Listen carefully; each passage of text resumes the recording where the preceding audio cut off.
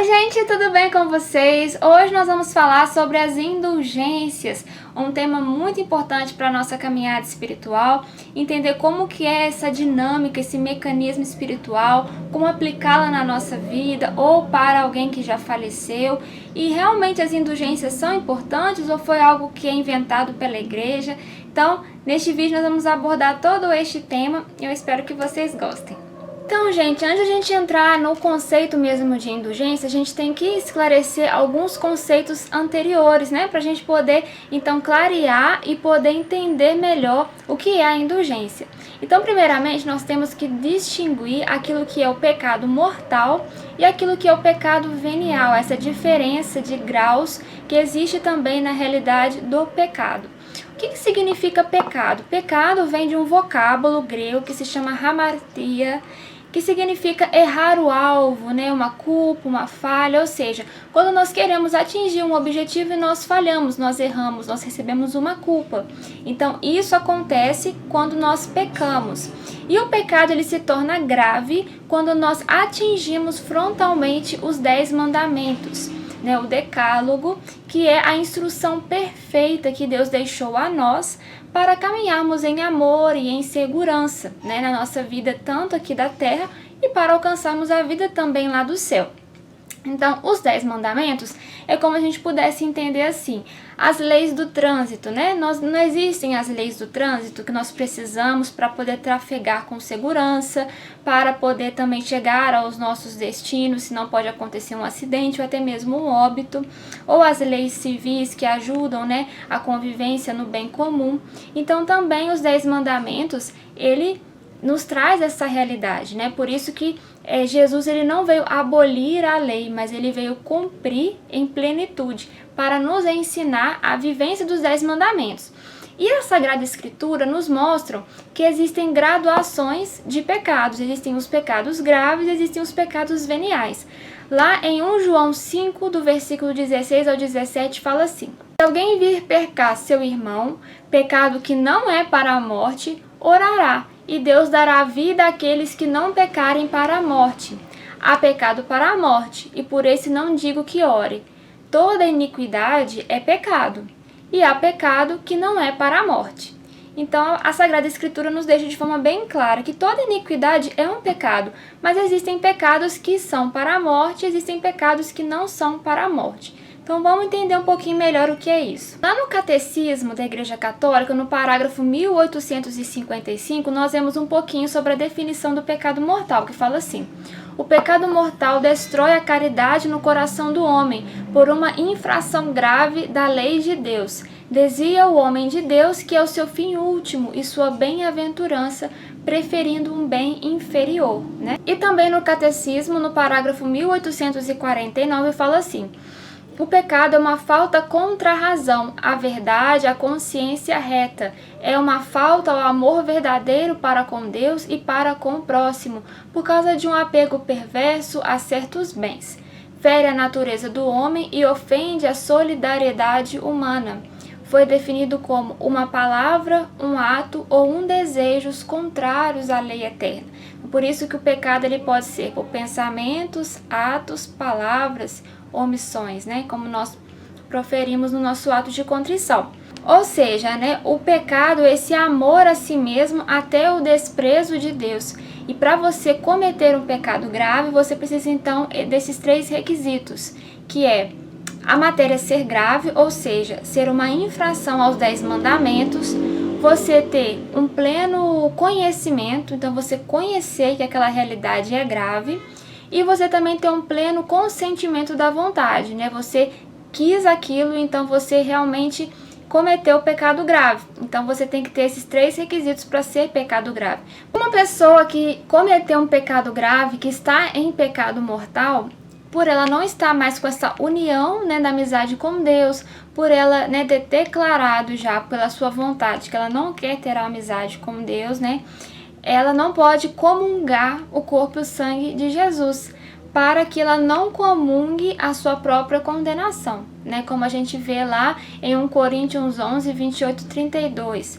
Examine-se, pois, o homem a si mesmo, e assim coma deste pão e beba deste cálice.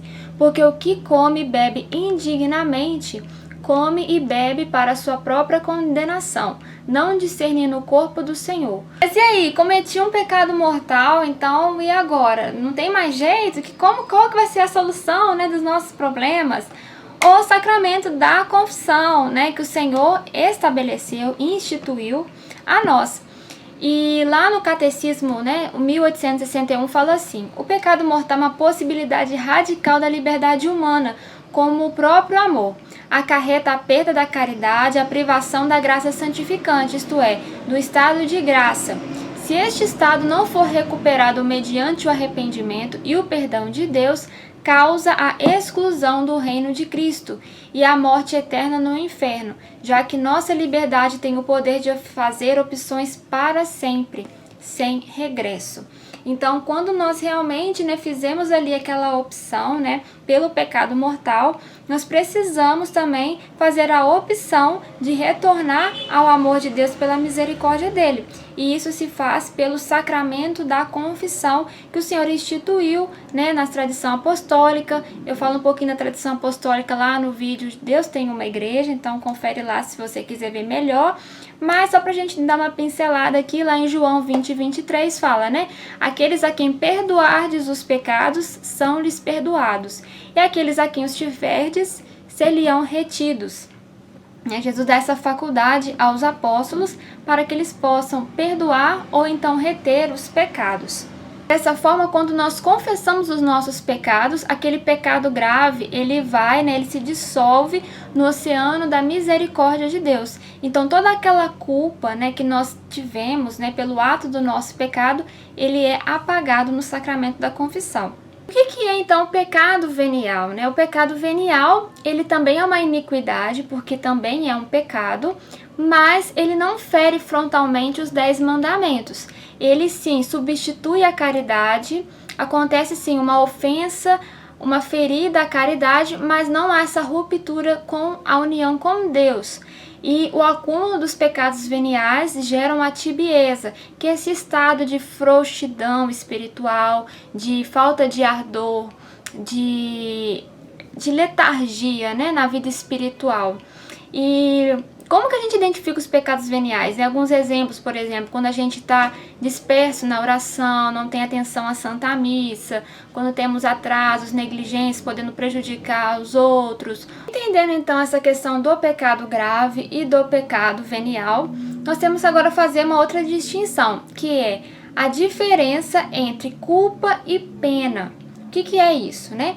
A culpa, ele é o ato, a responsabilidade pelo ato cometido. Então, houve ali uma culpa, uma responsabilidade pessoal do meu livre-arbítrio.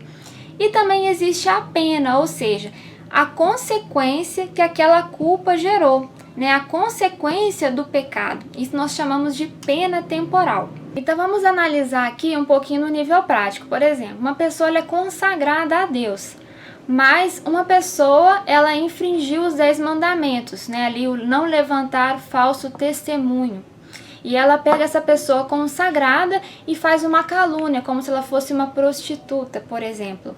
E aí inventa mentiras, calúnias, fazem várias coisas contra essa pessoa. Houve, então, uma infração aos 10 mandamentos, que você levantou um falso testemunho de uma pessoa, você não zelou pela boa fama, que também é um desdobramento deste mandamento, né? Você tem que guardar a boa fama dos irmãos.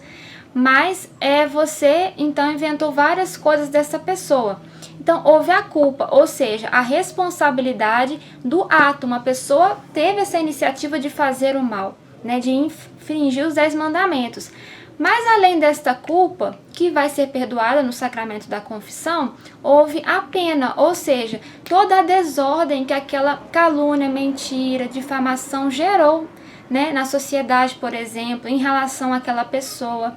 E essa desordem, então, é o que nós chamamos de pena temporal. Que no nível prático social, a gente vê a restituição disso pela virtude da justiça, né? Quando nós vivemos a justiça, existe, por exemplo, a reparação de uma pena, né? Por exemplo, Então é um pouco essa dinâmica pra gente entender melhor. Só que às vezes, né, gente, no plano humano não vai acontecer a justiça, não vai ser da forma como nós pensamos, né, a solução das coisas. Mas no plano espiritual, como que nós revertemos, né, essas penas, essa desordem no plano espiritual?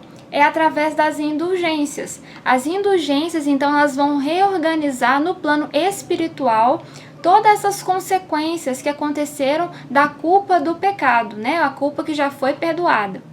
Hoje dar um exemplo, às vezes, né, muito simples, mas que ajuda a gente a entender um pouquinho essa questão da indulgência.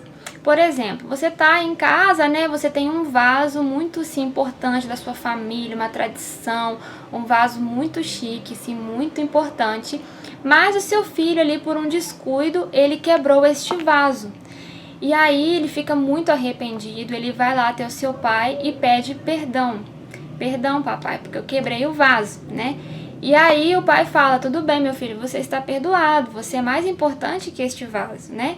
E aí você perdoou, o pai perdoou o filho. Então isso foi o quê? A remissão da culpa, né, pelo quiliato, da responsabilidade que ele cometeu. Mas tem uma consequência, o vaso está quebrado em vários cacos, e se deixar aqueles caquinhos ali na sala, pode ferir o pé de alguém que for passar, né? Vai deixar aquela desorganização do ambiente, vai lembrar, né, aquela situação que feriu também os pais, porque algo valioso foi quebrado. Então nós temos que reparar, né, restituir o vaso. Então nós vamos fazer o quê? Colar este vaso. Esta colinha se chama indulgência e ela pode ser de duas formas. Se você conseguir colar metade do vaso, ela é uma indulgência parcial. E se você colar o vaso inteiro, restituí-lo por inteiro, é uma indulgência plenária, né? Eu uso esse exemplo que é um pouco simples, mas que dá pra gente entender um pouco essa dinâmica da indulgência. O que nós podemos concluir já alguns pontos sobre a indulgência? A primeira é que a indulgência não é o perdão dos pecados, mas das penas temporais, né? Então, tem que ter isso bem claro. Segundo, que a indulgência, né, ela só pode ser recebida por quem está em estado de graça, ou seja, que já recebeu o perdão da culpa no sacramento da confissão. Então, ela pode receber a indulgência. Terceiro, as indulgências, elas reparam as penas temporais. Então, nós precisamos realizar isto em vida, né? Enquanto a gente está aí no nosso caminho rumo ao céu.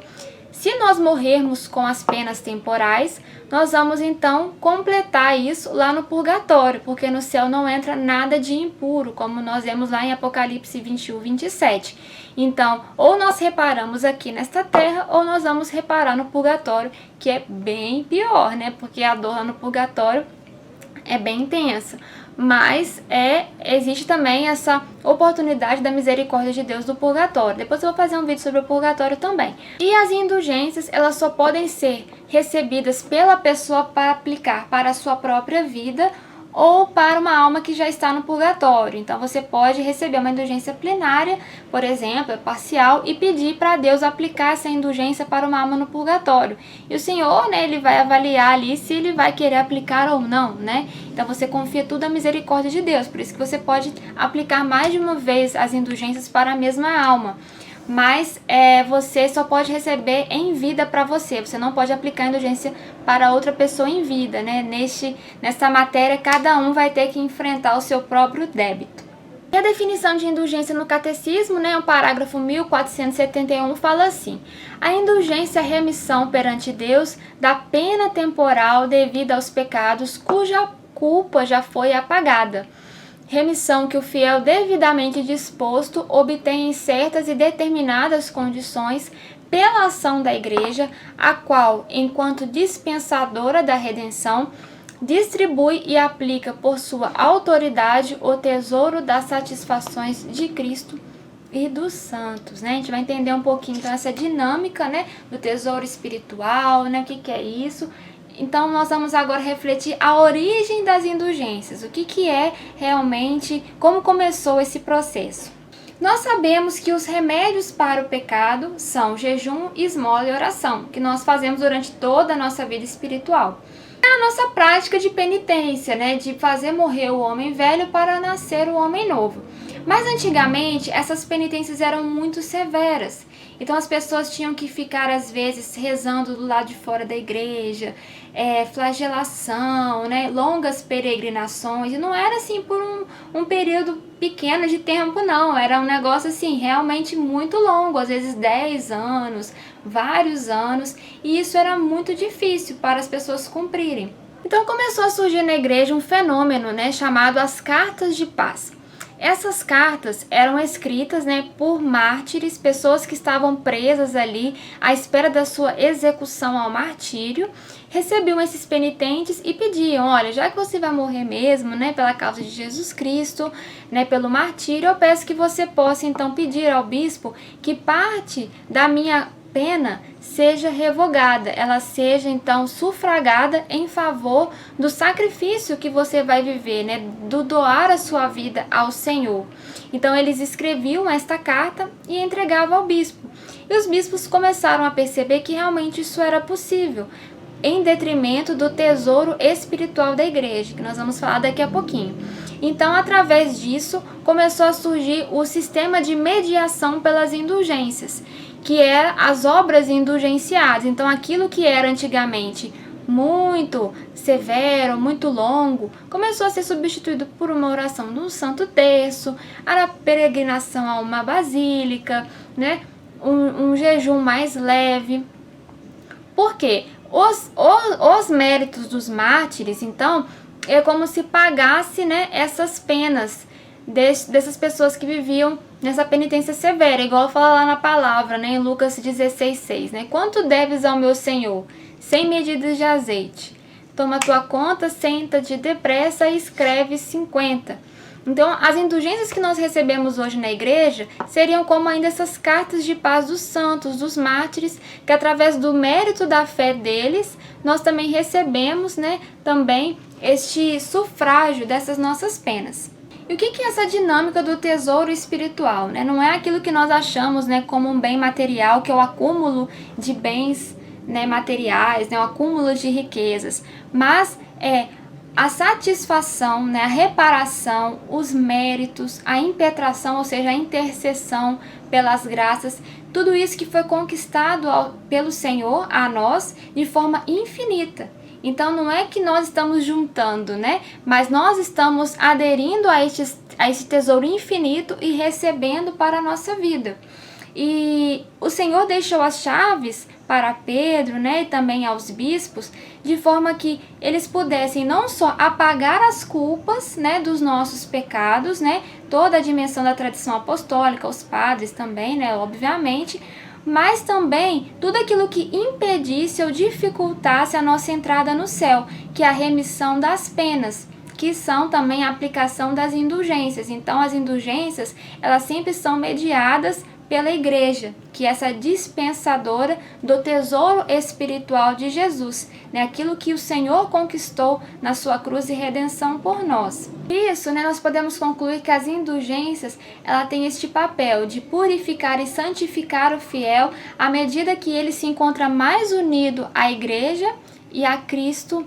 Tem esse objetivo também de fazer se instaurar de forma mais depressa o reino de Deus, né? Ela só é dispensada pela igreja, né? Como diz a Lumen Gentium, que a igreja é o sacramento universal da humanidade. Então as indulgências só são, né, dispensadas e alcançadas pelos fiéis através da igreja. E também não se trata apenas de um pagar penas, né, temporais, mas de motivar os fiéis a estar cada vez mais unido a Cristo e alcançar assim a caridade perfeita, a sua santidade. Então a indulgência também tem toda essa dinâmica. Ou seja, né, gente, o que nós podemos concluir? Se você está em estado de pecado, você confessou o seu pecado, você tem ainda as penas para você restaurar. Mas se você alcançou uma indulgência plenária e você morreu em seguida, você vai direto para o céu, você não passa pelo purgatório. Por isso que nós precisamos todas as vezes buscar as indulgências, e as indulgências nós também precisamos querer pela nossa vontade. Então você precisa pedir a indulgência. Às vezes a gente está recebendo indulgência o tempo todo, mas a gente não pediu a indulgência. Então é bom, às vezes, uma vez por semana, ou na sua oração da manhã, você falar: Deus de misericórdia, eu quero receber todas as indulgências que estarão disponíveis a mim neste dia. Porque aí você já intencionou que você quer a indulgência. Porque senão pode acontecer a obra ali que você realizou, mas você não pediu a indulgência. Outra questão é que você precisa também de um ato de fé, assim como esse tesouro espiritual, inaugurado pelo Senhor de forma inesgotável, que é dispendida a nós também pela intercessão dos atos de fé dos mártires, dos santos, da comunhão dos santos que participamos. Então, a nossa indulgência tanto mais será alcançada com o nosso ato de fé. Então, por exemplo, às vezes você tem a oportunidade de uma indulgência plenária. Então, para você realmente alcançar a indulgência plenária, você tem que ter um ato de fé que corresponda a essa indulgência plenária. A indulgência plenária, ela pode ser alcançada uma vez ao dia. Então, todos os dias você pode ter uma indulgência plenária para você ou para aplicar para uma alma no purgatório. Como eu faço para lucrar as indulgências? Bom, eu vou deixar lá no nosso Drive, tá bom? O link aqui embaixo. O manual das indulgências da CNBB, lá tem todas as indulgências que você precisa saber para poder viver bem essa dinâmica, então eu vou deixar lá. Também vou deixar no nosso Drive a Constituição Apostólica das Indulgências, escritas por Paulo VI, que se chama Indulgenciarum Doutrina. Você pode ir lá também ler para aprofundar os seus estudos. E também eu vou deixar toda essa catequese lá no Drive, então você pode ir lá também baixar para você também fazer essa catequese aí onde você precisar e para você ter também aí com você. Mas eu vou falar aqui a fórmula geral para você alcançar uma indulgência plenária. Então, como você alcança a indulgência plenária? Primeiramente, você tem que fazer a confissão, confessar os seus pecados. Depois você vai fazer a comunhão eucarística. E depois você vai rezar pelo Santo Padre, o Papa. Então você vai rezar na intenção do Papa. Pode ser um Creio e um Pai Nosso, ou um Pai Nosso, uma Ave Maria e um Glória ao Pai, nas intenções do Papa. Então esses 3 requisitos.